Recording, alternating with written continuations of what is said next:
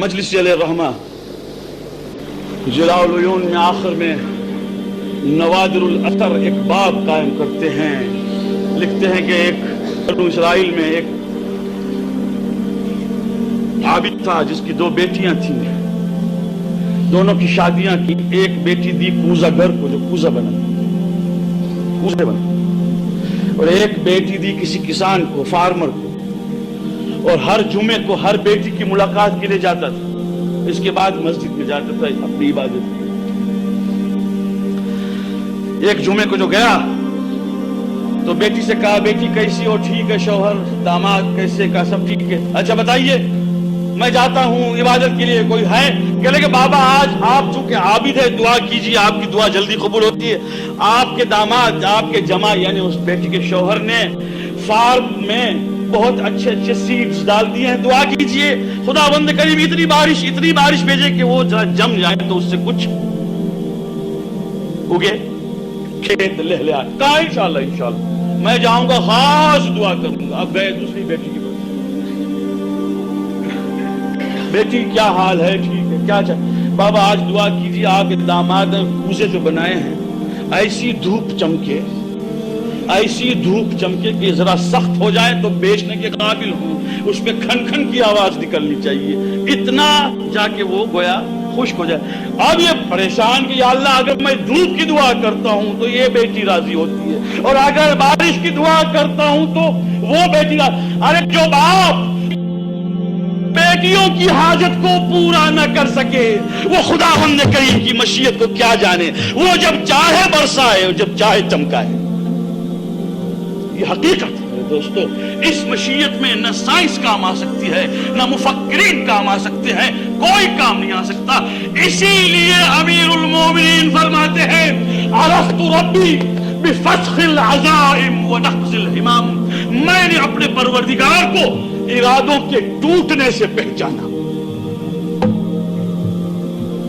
وہ جو ڈھونڈتے ہیں خدا کو اور جن کو ملتا نہیں، جو جوانی کے ترنگ میں ہیں اور کہتے ہیں کہ وہ کہاں ہے، وہ جن جوانوں کو کوئی سمجھانے کے لیے تیار نہیں ہے کہ میرے دوست ابتدائے عشق ہے، روتا ہے کیا، آگے آگے دیکھیے ہوتا ہے کیا۔ ابھی تو پہلی منزل میں ہے میرے دوست، ابھی جوان ہے، دنیا تیرے قبضے میں ہے، تو یہ سوچتا ہے کہ ہاتھوں کو بلند کروں تو تاروں کو گراؤں، مگر یہ سب خواب ہے میرے دوست، خواب۔ ان خیالستو محالستو اور جنون، یہ خیال ہے، یہ امپوسیبل ہے، یہ دیوانگی ہے۔ خداوند کریم میری زندگی میں جوانی سے لے کر موت تک ہر جگہ پر اپنی قہاریت اور اپنی قدرت دکھا کر منواتا ہے کہ تو مان نہ مان، تو جہاں کہیں چھان بین کرو ڈھونڈ، تیری زندگی میں ایک ہاتھ ہے جو unseen hand ہے which controls the destiny۔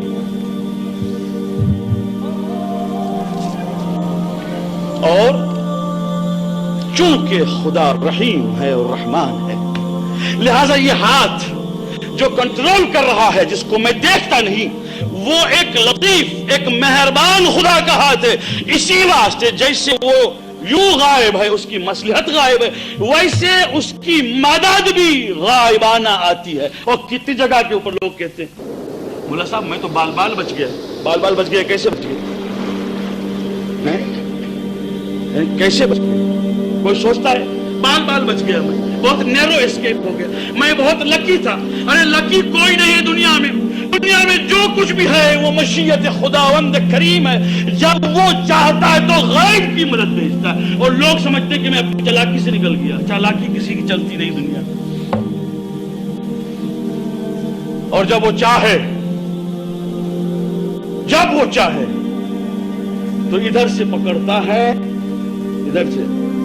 وہ جو سمجھتا ہے کہ میری دولت، وہ جو یہ سمجھتا ہے کہ میرا علم، وہ جو یہ سمجھتا ہے کہ میرا پاور، وہ جو سمجھتا ہے کہ میری اتھارٹی، جی میری اتھارٹی، خداوند کریم جب چاہتا ہے تو جہاں سے وہ رگ پکڑتا ہے پھر وہاں سے چھٹکارا نہیں ہے۔ اس وقت بھی اگر ایک مرتبہ چلا کے کوئی کہہ دے میرے اللہ تو خدا معاف کر دے. بنو اسرائیل کے یہاں ایک پیغمبر کے پاس زمانہ تھا بنی اسرائیل کے نبی کا, ساری رات ایک بت کے سامنے ایک آدمی پوجا کرتا رہا, یا سنم یا سنم یا سنم, اور صبح ہوتے ہوتے ذرا نیند جو آئی تو اس کی زبان سے بجائے سنم کے نکلا سمد, یا سمد, تو آواز آئی لبیک عبدی لبیک. چونک پڑا. جب نبی کو خبر ہوئی اس زمانے کی تو کہا یا اللہ یہ تو ساری رات بت پرستی کرتا رہا اور تیرا نام تو مسٹیکن بائی ایرر انفٹنگلی آیا ہے, سمجھ کے نہیں آیا, وہ تو نکل گیا سنم کے بدلے سمجھ. آواز آئی ہے میرے نبی اگر میں بھی جواب نہ دیتا تو سنم بھی سمجھ بھی فرق کیا. تو دوستو جب وہ رگ بھی پکڑ لے میری ادھر کی, یا ڈاکٹر جانتا ہے کہاں کی مگر ادھر کہتے